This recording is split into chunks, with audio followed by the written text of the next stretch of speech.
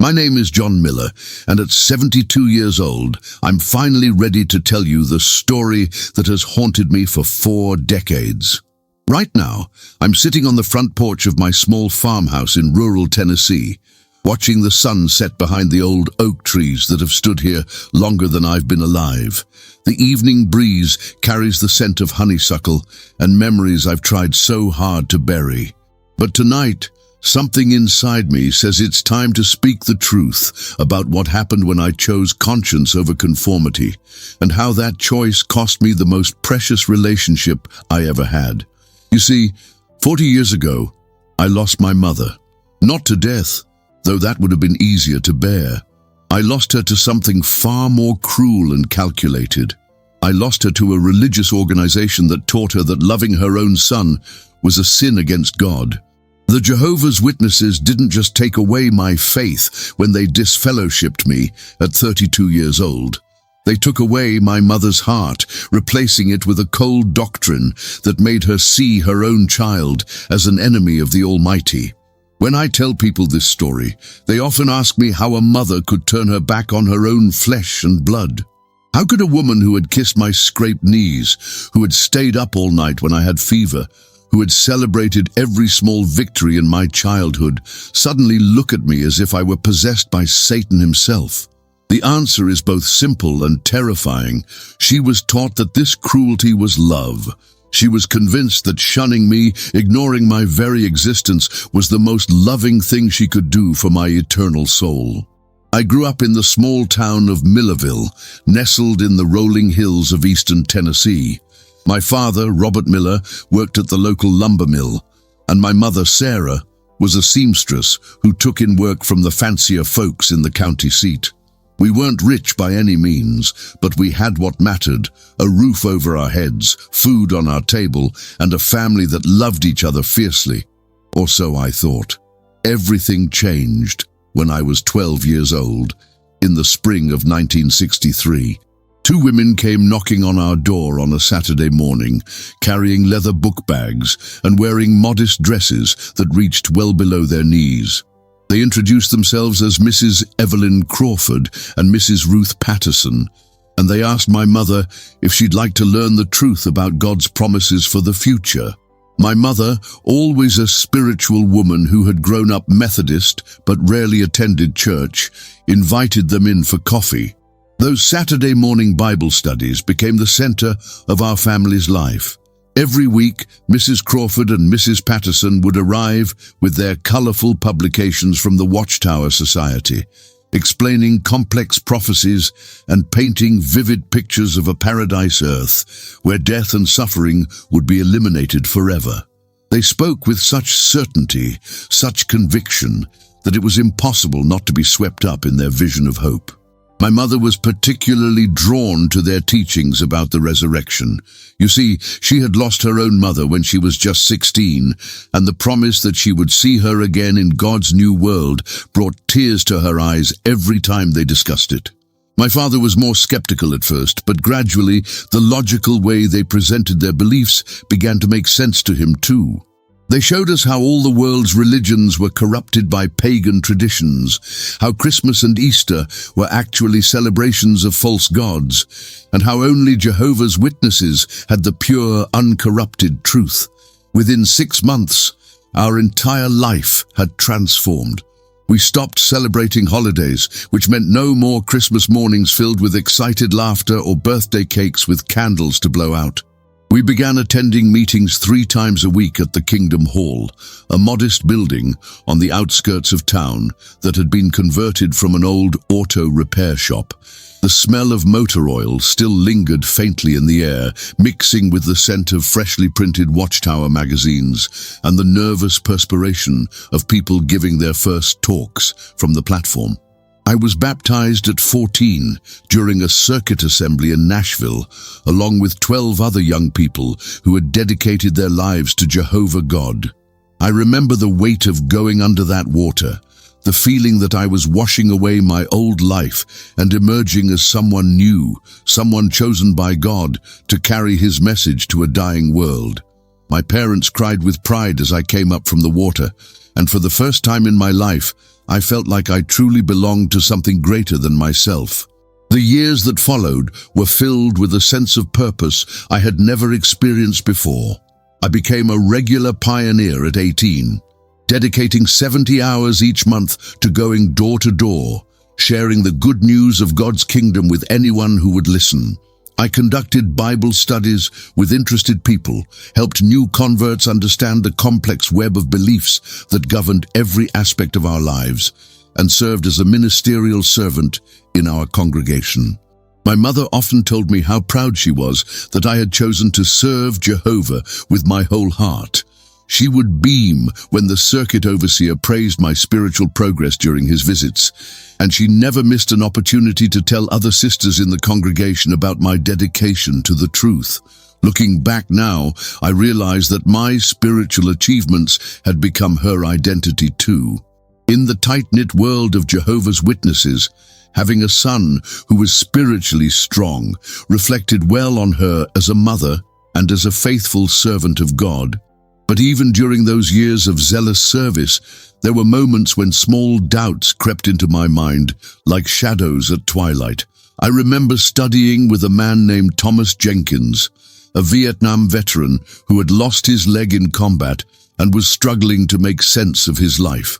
He asked me questions that I couldn't answer satisfactorily, questions about why a loving God would allow innocent children to suffer in wars, why he would destroy billions of people at Armageddon simply because they had never heard of Jehovah's Witnesses, and why the organization's predictions about the end of the world kept changing. I took these questions to the elders, expecting them to provide the clear, logical answers that had drawn me to the organization in the first place.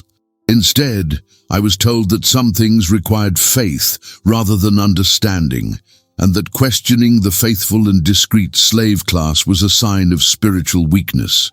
I was counseled to focus on preaching and meeting attendance, rather than on doubts that could shipwreck my faith. For several years, I pushed these concerns to the back of my mind, throwing myself even more deeply into congregation activities and personal study. I married a lovely young sister named Rebecca Thompson when I was 24, and we seemed to have the perfect witness marriage. We auxiliary pioneered together during vacation months. We never missed a meeting unless we were seriously ill, and we hosted the traveling overseers whenever they visited our circuit.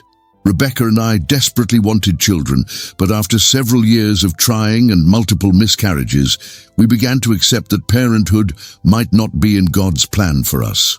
The disappointment was crushing, but the organization taught us that everything happened for a reason, and that perhaps God wanted us to focus our energy on spiritual children rather than biological ones.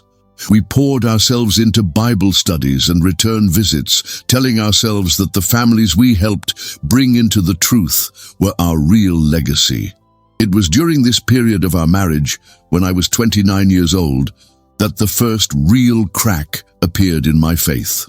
The year was 1984, and the Watchtower Society had been heavily promoting the idea that the generation that witnessed the events of 1914 would not pass away before Armageddon arrived.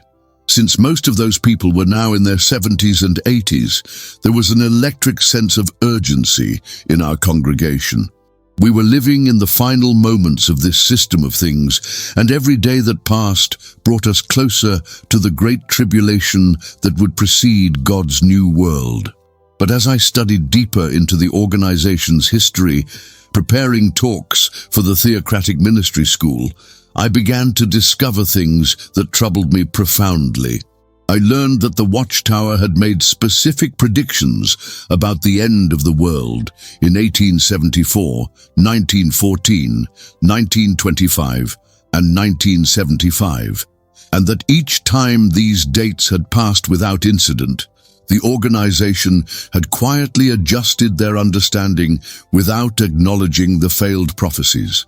I found quotations from old Watchtower publications that seemed to contradict current teachings, and I discovered that the organization had once taught that the Great Pyramid of Giza was God's stone witness, a teaching they had later abandoned as pagan nonsense. These discoveries kept me awake at night, staring at the ceiling, while Rebecca slept peacefully beside me. How could God's faithful and discreet slave class, which claimed to be his sole channel of communication on earth, be wrong so many times about such fundamental matters?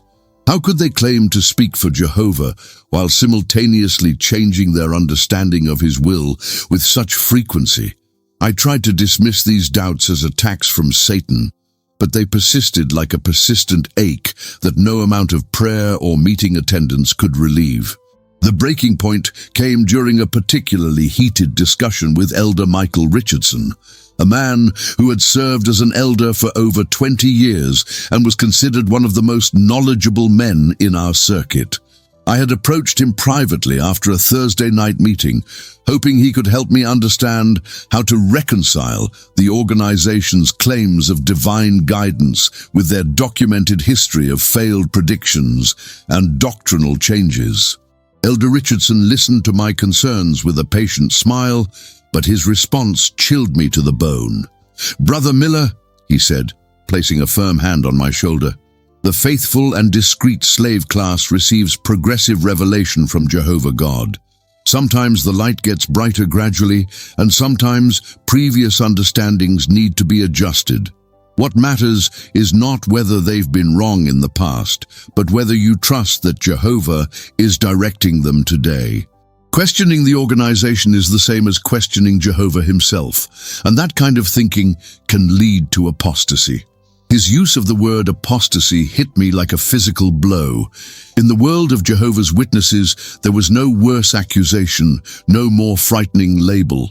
Apostates were worse than murderers or thieves in the organization's hierarchy of sin. They were people who had turned against God himself, and association with them was strictly forbidden. Even thinking apostolic thoughts was considered dangerous, a form of mental contamination that could spread like a virus through a congregation. But I couldn't stop thinking. The more I studied, the more questions arose. Why did the organization discourage higher education when knowledge and wisdom were supposed to be gifts from God? Why were members discouraged from reading any religious literature that wasn't published by the Watchtower Society? Why was questioning certain teachings considered a sin when the Bible itself encouraged Christians to test all things and hold fast to what was good? Why did the organization claim to be God's sole channel of truth when Jesus had said that he himself was the way, the truth, and the life? These questions consumed me for months, affecting my marriage, my ministry, and my relationships within the congregation. Rebecca noticed my growing distance from spiritual activities, my reluctance to participate in family worship evenings, and my decreased enthusiasm for field service. She began asking me what was wrong, and eventually I made the mistake of sharing some of my doubts with her. Her reaction was swift and terrifying. Instead of listening to my concerns or trying to discuss them with me, she immediately went to the elders and reported that I was developing apostolic thinking. She told me later, with tears streaming down her face, that she loved me too much to allow me to be destroyed by Satan's lies, and that getting help from the elders was the most loving thing she could do for my spiritual welfare. The judicial committee was formed within a week. Elder Richardson was joined by Elder David Foster and Elder James McCarthy, 3 men who had known me for over 15 years, but who now looked at me with suspicion and disappointment.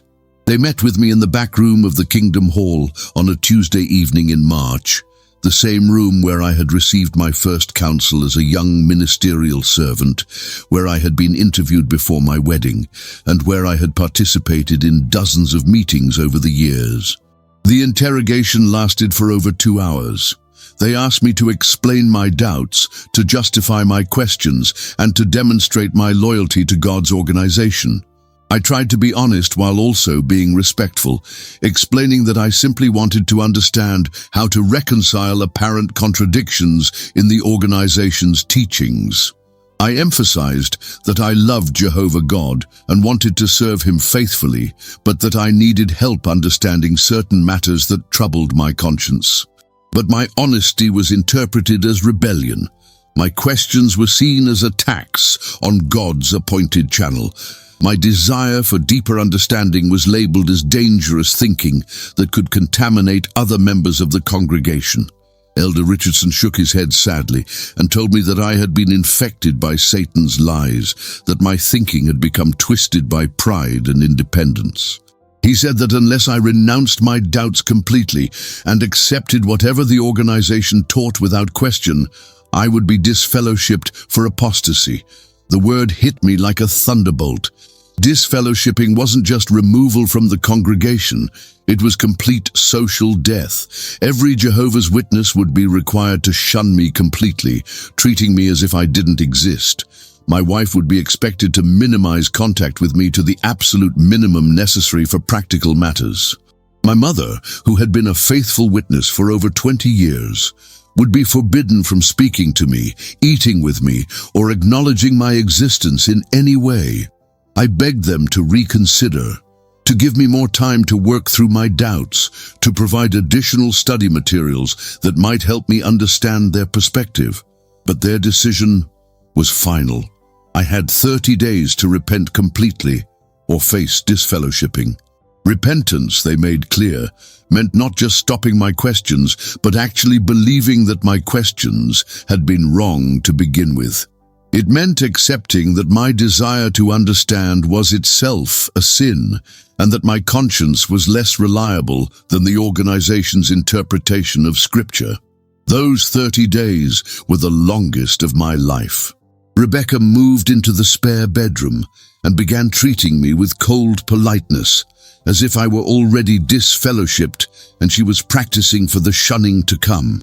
My mother called less frequently, and when she did speak to me, her voice carried a strain that hadn't been there before.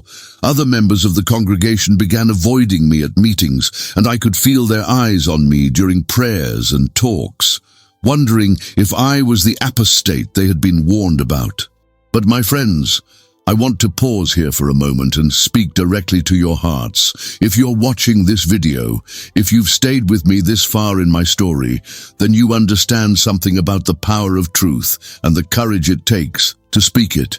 You know what it means to face difficult moments in life, to make choices that cost us dearly, but that our conscience demands we make. I hope you'll walk with me through the rest of this journey, because what happened next changed not just my life, but showed me truths about love, family, and faith that I never could have learned any other way. If this story is touching something in your heart, I hope you'll let me know by leaving a comment below. Tell me where you're watching from. Tell me if you've ever faced a moment when you had to choose between what others expected and what your heart knew was right.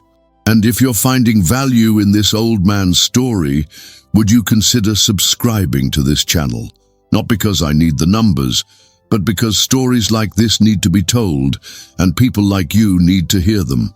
We're building something special here, a place where truth matters more than comfort, where real experiences are shared without pretense or agenda. Because what I'm about to tell you next will show you exactly what happens when love becomes conditional, when family bonds are severed not by death or distance, but by doctrine that masquerades as divine will. The 30 days passed like a funeral march, each day bringing me closer to a sentence I knew was inevitable.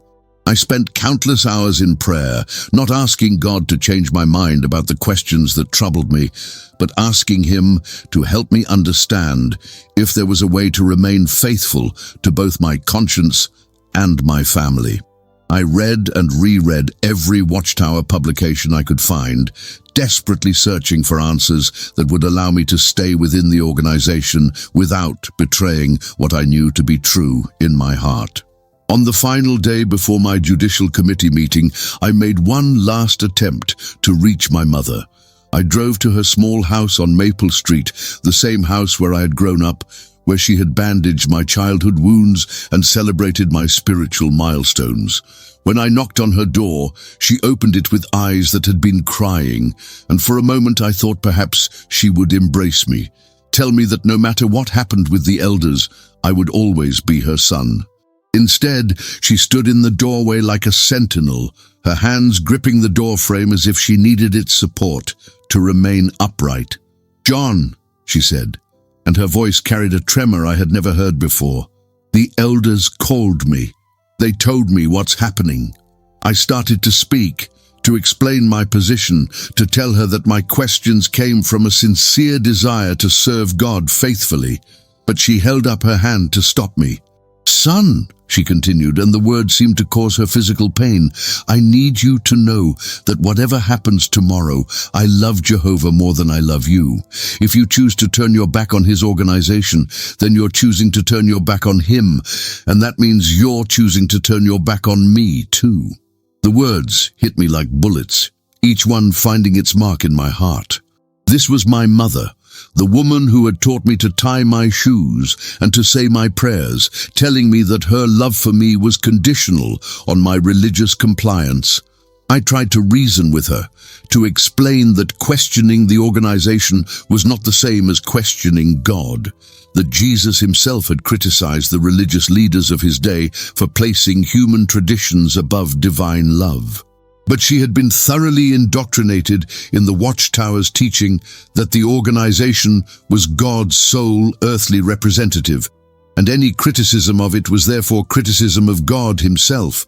She had been trained to see love and loyalty as synonymous, to believe that the most loving thing she could do for a rebellious child was to shun him completely until he repented. "Mom," I said, my voice breaking despite my efforts to remain composed, "I'm still the same person who grew up in this house, who learned about God from you, who dedicated his life to serving Jehovah. My questions don't make me evil. They make me human." But she shook her head sadly, tears streaming down her face, and told me that Satan was using my human reasoning to lead me away from the truth. She said that she would pray for me every day, that she hoped I would come to my senses before it was too late, but that she could not and would not associate with me if I persisted in my apostolic thinking. The judicial committee meeting the following evening was a foregone conclusion. I sat across from the three elders in that small back room, surrounded by stacks of Watchtower publications and feeling the weight of 20 years of my life in that organization pressing down on my shoulders. They asked me one final time if I was prepared to renounce my doubts and accept the organization's teachings without question. When I told them that I could not in good conscience deny what I believed to be true, they informed me that I was being disfellowshipped for apostasy, effective immediately. Elder Richardson read the decision from a prepared statement, his voice cold and official, as if he were announcing the weather rather than destroying a man's entire social world. He explained that the congregation would be informed of my disfellowshipping at the next service meeting, that all Jehovah's Witnesses would be required to cease all association with me, and that this arrangement was designed to protect the spiritual health of the congregation while hopefully motivating me to repent and return to Jehovah's organization. When I walked out of that Kingdom Hall for the last time as a member, the spring air felt different, charged with a loneliness I had never experienced before. I sat in my car in the parking lot for nearly an hour, watching other members arrive for the evening meeting, knowing that in a few minutes they would hear my name announced as a disfellowshipped person, and that from that moment forward I would cease to exist in their world. Rebecca was waiting for me when I got home, her suitcases packed and sitting by the front door. She had already moved most of her belongings to her sister's house, she explained, and she would be filing for divorce within the week. The organization taught that she could scripturally divorce me now that I was an apostate, and her spiritual advisors had counseled her that staying married to me would compromise her standing in the congregation and potentially damage her chances of surviving Armageddon. "I'm sorry, John," she said, but her voice carried no warmth, no trace of the woman who had promised to love me for better or worse just 8 years earlier. "I have to choose between you and Jehovah, and I choose Jehovah." She walked out that door carrying her suitcases and 24 years of my life, and I never saw her again, except in passing on the street, where she would look through me as if I were invisible. But the loss of my wife, devastating as it was, paled in comparison to what happened with my mother.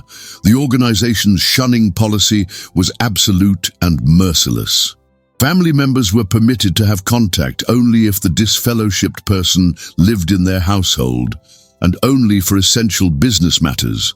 Since I lived in my own home, my mother was forbidden from speaking to me, visiting me, or acknowledging my existence in any way.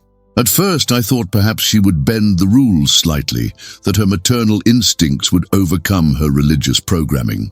I called her house several times during the first week after my disfellowshipping, but she either didn't answer or hung up immediately when she heard my voice. I wrote her letters explaining my position, sharing articles and scriptures that supported my concerns about the organization, hoping that if she understood my reasoning, she might at least maintain some relationship with me. Instead, she returned my letters unopened, with "Return to Sender" written across the envelopes in her careful handwriting. When I drove past her house, hoping to catch a glimpse of her working in her garden or sitting on her front porch, she would quickly go inside if she saw my car. It was as if her son had died, but instead of mourning my death, she was actively participating in erasing me from her life. The psychological impact of this complete rejection was devastating in ways I struggle to describe even now, 40 years later. Imagine losing every friend you've ever had, every social connection, every familiar face in your community, all in a single moment. Imagine being treated as if you had committed the most heinous crime imaginable, when your only offense was asking questions about religious teachings. Imagine having your own mother look at you with fear and disgust, as if you had become something monstrous and dangerous simply by thinking for yourself. I fell into a deep depression that lasted for months. I stopped eating regularly, lost significant weight, and found it difficult to sleep or concentrate on even simple tasks. The isolation was crushing, but worse than the loneliness was the constant self-doubt. The organization had trained me to believe that questioning their authority was evidence of spiritual weakness, pride, and susceptibility to Satan's influence. Even though I intellectually knew that my questions were legitimate, emotionally, I sometimes wondered if perhaps they were right about me, if perhaps I really had been deceived by the devil and was now suffering the consequences of my rebellion. During this dark period, I began researching the experiences of other former Jehovah's Witnesses, something that would have been forbidden when I was a member, but that now became a lifeline to sanity. I discovered that thousands of people had left the organization for reasons similar to mine, that many of them had also lost their families and friends to the shunning policy, and that the questions I had asked were being asked by sincere, intelligent people around the world. I learned about the organization's history of covering up child sexual abuse, protecting pedophiles within their ranks while disfellowshipping victims who spoke out. I discovered their financial investments in military contractors and tobacco companies, despite their public condemnation of both war and smoking. I found documentation of their shifting positions on medical treatments, which had resulted in unnecessary deaths when life-saving procedures like organ transplants were forbidden, only to be permitted again years later when the organization changed its understanding. Each new discovery confirmed that my questions had been not only legitimate, but necessary. The organization I had devoted my life to was not God's faithful and discreet slave class, but a human institution with all the flaws, contradictions, and corruption that characterize human institutions. They had claimed divine authority to control every aspect of their members' lives, from their medical decisions to their choice of career, to their relationships with family members, and they had used that claimed authority to cause immeasurable suffering to countless families around the world. But understanding the truth about the organization didn't ease the pain of losing my mother. If anything, it made it worse, because I realized that she was also a victim of the same system that had destroyed my life. She had been taught to believe that shunning her own son was an act of love, that causing him emotional torture was somehow pleasing to God, that destroying their relationship was evidence of her spiritual maturity and faithfulness. The years that followed my disfellowshipping were a strange mixture of liberation and agony. On one hand, I was finally free to think for myself, to read whatever books I wanted, to form friendships based on mutual respect rather than shared religious beliefs, and to live according to my own conscience rather than the dictates of a religious organization. On the other hand, the pain of losing my family never diminished. It became a constant ache, like a phantom limb that continues to hurt long after amputation. I threw myself into rebuilding my life from scratch. I moved to a different town, found work as a construction supervisor, and slowly began to form new relationships with people who had never heard of Jehovah's Witnesses and couldn't understand why a religious organization would require families to shun their own members. These new friends were baffled when I explained that my mother considered me spiritually dead, that she would literally cross the street to avoid encountering me, and that she believed this behavior was commanded by God himself. "But she's your mother," they would say, as if that simple biological fact should override any religious teaching. They couldn't comprehend a system of belief that could so thoroughly override natural human affection, that could convince a loving parent to treat their child as an enemy of God simply for asking questions about church doctrine. Their incomprehension both comforted and pained me, because it confirmed that my situation was as abnormal and cruel as I believed it to be. But it also highlighted just how isolated I had become from the normal world of human relationships. During this period, I made several attempts to reconnect with my mother, driven by a desperate hope that time might soften her resolve, or that she might begin to question the wisdom of the shunning policy herself. On her 60th birthday, I sent flowers to her house with a card that simply said, "Happy birthday, Mom. I love you and miss you. Your son, John." The flowers were returned to the florist the same day, unopened and unacknowledged. When I heard through mutual acquaintances that she had been hospitalized for pneumonia, I went to the hospital hoping to see her, perhaps to sit by her bedside and help her through her illness the way any son would do for his mother. But when I arrived at her room, I found 2 elders from her congregation standing guard outside her door. They informed me that my mother had specifically requested that I not be allowed to visit her, and that my presence would only cause her additional stress during her recovery. I stood in that hospital hallway for nearly an hour, knowing that my mother was lying just 50 feet away, probably frightened and lonely, while I was forbidden from offering her comfort simply because I had questioned the authority of her religious leaders. The cruelty of it was breathtaking, not just in what it demanded of me, but in what it demanded of her. The organization had convinced her that rejecting her son's love and support during her illness was somehow spiritually beneficial, that causing both of us additional suffering was pleasing to God. As the years passed, I began to hear occasional reports about my mother through people who had known both of us before my disfellowshipping. She had aged significantly, they said, and seemed sadder and more withdrawn than she had been in earlier years. Some people mentioned that she would sometimes ask general questions about my welfare, whether I was healthy and employed, but she never asked for specific information and always made it clear that she was not seeking to re-establish contact. These second-hand reports gave me both hope and heartbreak. The fact that she still thought about me suggested that her natural maternal love had not been completely extinguished by her religious training, but her unwillingness to act on those feelings demonstrated just how thoroughly the organization controlled her behavior. She was trapped in a system that forced her to choose between her love for God and her love for her son, never understanding that a truly loving God would never demand such a choice.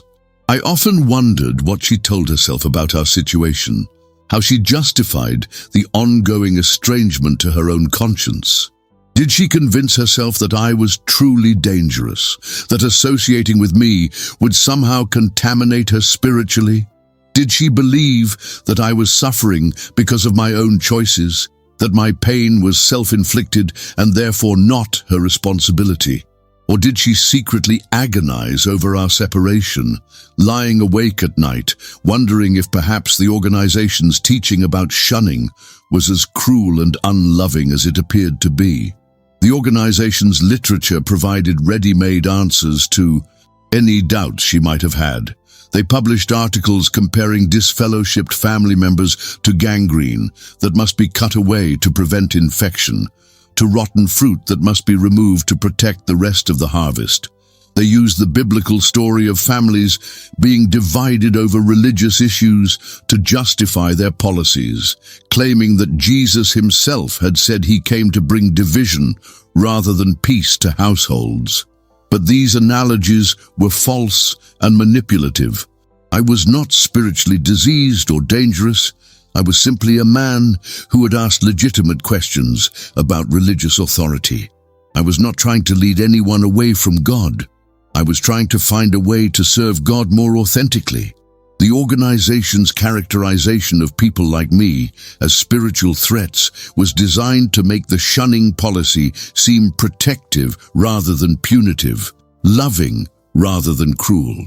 Meanwhile, I was building a new life that was in many ways richer and more fulfilling than the one I had lost. I remarried a wonderful woman named Catherine, a school teacher who had been raised Methodist but who was not particularly religious. She helped me understand that spirituality and organized religion were not synonymous, that it was possible to have a deep, meaningful relationship with God without subjecting oneself to the control of human religious authorities. Catherine and I built a relationship based on mutual respect, open communication, and unconditional love. We disagreed about things sometimes. We had our share of conflicts and misunderstandings, but we never used emotional manipulation or threats of abandonment to control each other's behavior. Our love was not conditional on religious compliance or philosophical agreement.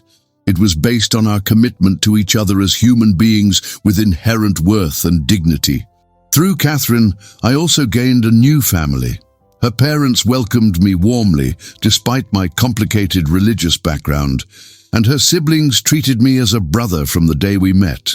They showed me what healthy family relationships looked like, how people who truly loved each other could disagree about important matters without severing their bonds, how families could provide support and acceptance even when individual members made choices that others didn't understand or approve of.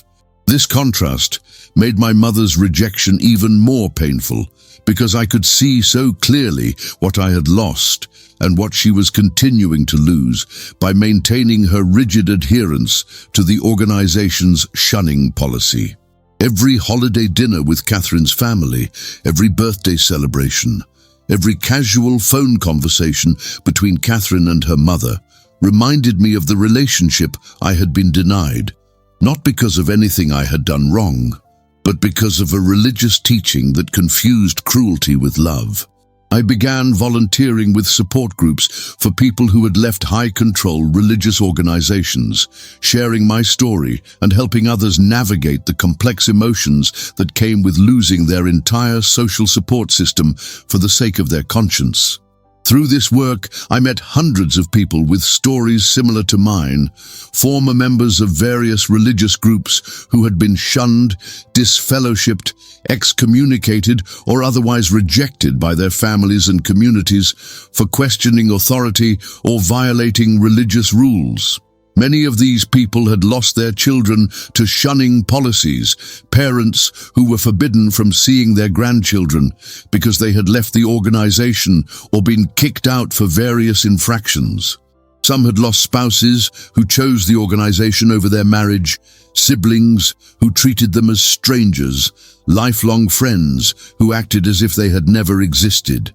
The consistency of these experiences across different religious groups revealed that shunning was not a divine commandment, but a human tool of control, used by authoritarian organizations to maintain power over their members through fear of social death. But despite the pain, and despite the years of separation, I never stopped hoping that someday my mother would find the courage to reach out to me, that she would realize that the organization's teaching about shunning was wrong, that she would choose love over doctrine and relationship over religious compliance. I kept my phone number the same for decades, hoping she might call. I sent cards to her old address, even after I moved, hoping she might respond. I prayed that somehow, some way, we might find our way back to each other before it was too late. What I didn't know, what I couldn't have imagined during all those years of hoping and waiting, was that time was already running out, and that my mother's loyalty to the organization that had taught her to reject me would prove stronger than her love for the son she had raised. The phone call came on a Tuesday morning in September, 28 years after my disfellowshipping. I was sitting at my kitchen table drinking coffee and reading the newspaper when the phone rang, and I almost didn't answer it because I didn't recognize the number. When I finally picked up, a woman's voice I didn't immediately recognize said, "Is this John Miller?" When I confirmed that it was, she introduced herself as Linda Patterson, my mother's neighbor for the past 15 years. My heart immediately began racing because I knew that a stranger wouldn't be calling me about my mother unless something was seriously wrong. Linda's voice was gentle but strained as she explained that my mother had been diagnosed with pancreatic cancer 3 months earlier, that she was now in hospice care and that her condition was deteriorating rapidly. The doctors believed she had only weeks, perhaps days, left to live. "Mr. Miller," Linda said carefully, "I hope you don't mind me calling you. I found your number in your mother's address book, and I felt like you should know what's happening. She's been my neighbor for so many years, and I know she has a son, and I just thought—" Her voice trailed off, and I could hear the awkwardness in her silence. She was trying to navigate a situation she didn't fully understand, trying to do what seemed right without knowing the full complexity of our estrangement. I thanked Linda for calling and asked her which hospice facility my mother was in. As she gave me the address, my hands shook so badly I could barely write it down. After hanging up, I sat in my kitchen for a long time, staring at that piece of paper and trying to process the reality that my mother was dying and I hadn't even known she was sick. For 28 years, I had been completely cut off from her life, unaware of her joys and sorrows, her triumphs and struggles, her health problems and personal milestones. I called Catherine at the school where she taught and told her what had happened. Without hesitation, she said she would arrange for a substitute teacher and come home immediately so we could drive to the hospice together. As I waited for her, I found myself remembering my mother as she had been before the Watchtower organization came into our lives, the woman who had sung lullabies to me when I was small, who had celebrated my accomplishments and comforted me through disappointments, who had been my strongest advocate and most faithful supporter during the first 20 years of my life. The drive to the hospice took 2 hours, and during those 2 hours I rehearsed 1,000 different scenarios in my mind. I imagined my mother's face lighting up when she saw me, imagined her reaching out her arms for the embrace we had been denied for nearly 3 decades. I imagined her apologizing for the years of separation, telling me she had always loved me, but had been confused by the organization's teaching. I imagined us finally having the honest conversation we should have had 28 years earlier, sharing our hearts without the interference of religious doctrine or organizational pressure. I also imagined more realistic scenarios. I prepared myself for the possibility that she would refuse to see me, that she would ask the hospice staff to remove me from her room, that she would maintain her shunning stance even in the face of death.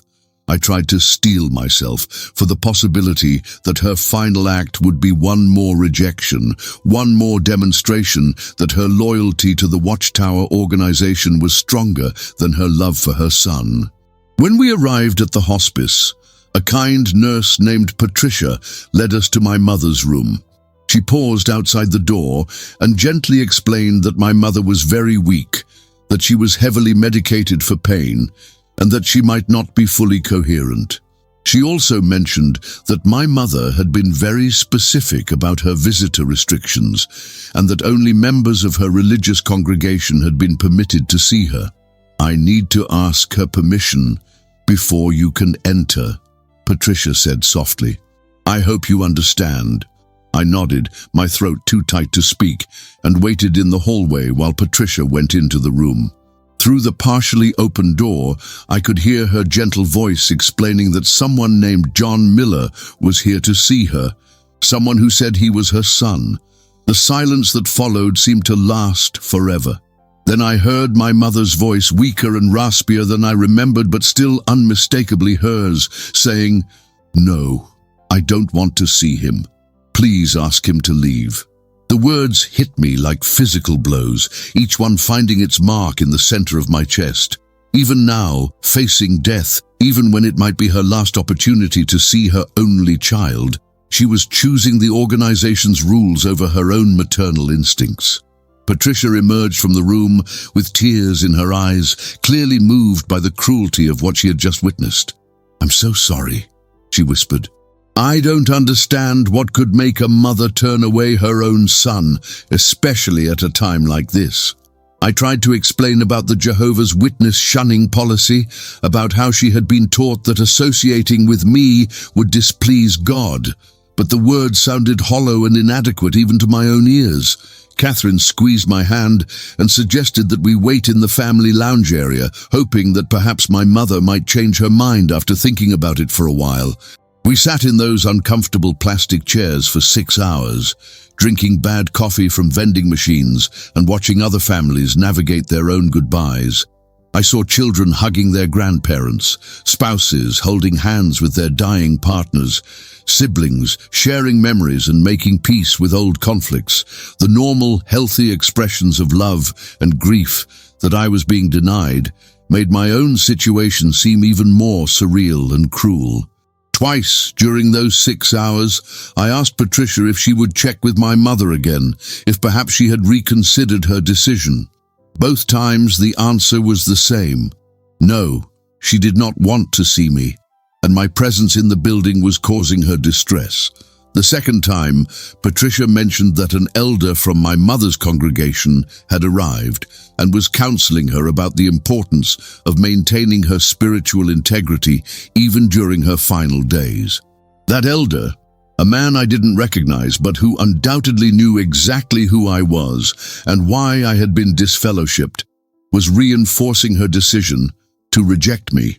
He was probably telling her that Jehovah would be pleased with her faithfulness, that her refusal to compromise with apostasy, even in the face of death, demonstrated her worthiness of resurrection into God's new world. He was using her fear of divine disapproval to ensure that she maintained her shunning stance during what might be our last opportunity for reconciliation. As evening approached, Patricia informed us that visiting hours were ending and that we would need to leave. I asked if she could at least tell my mother that I loved her, that I had always loved her, and that I forgave her for everything that had happened between us.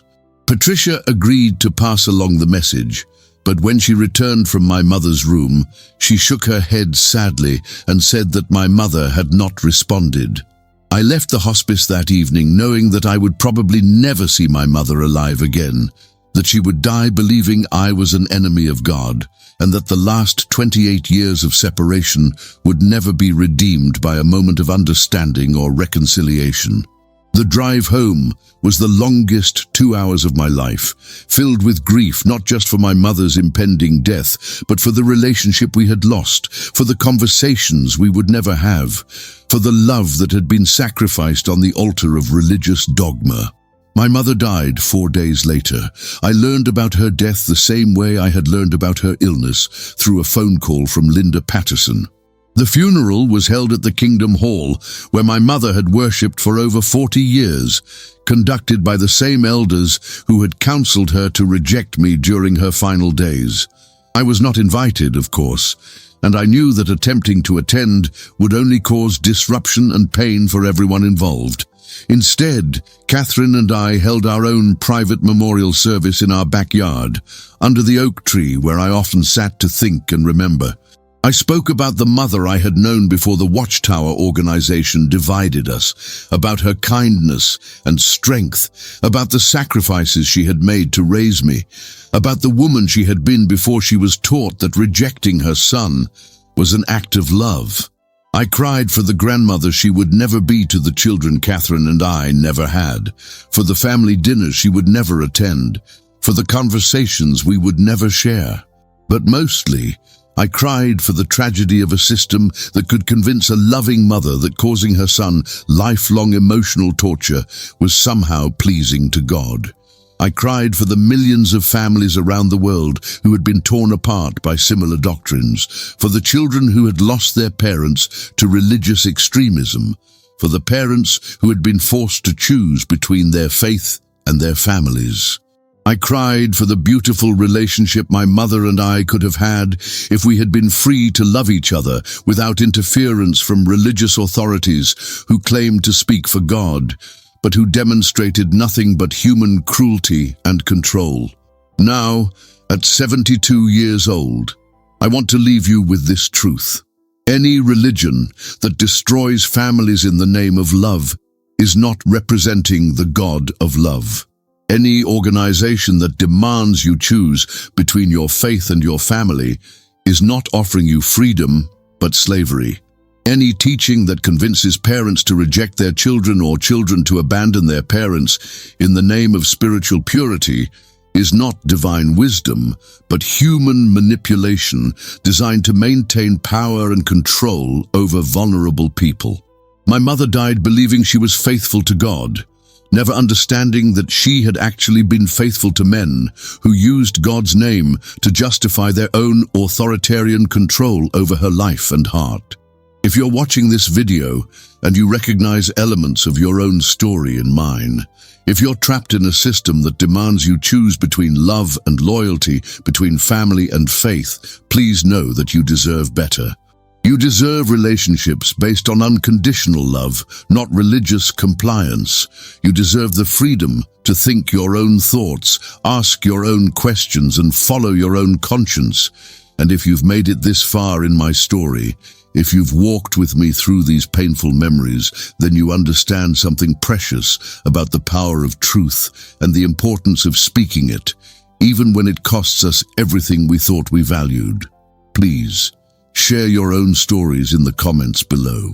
Tell me about your own struggles with family, faith, and freedom. Let's build a community of people who understand that real love never demands we betray our own hearts.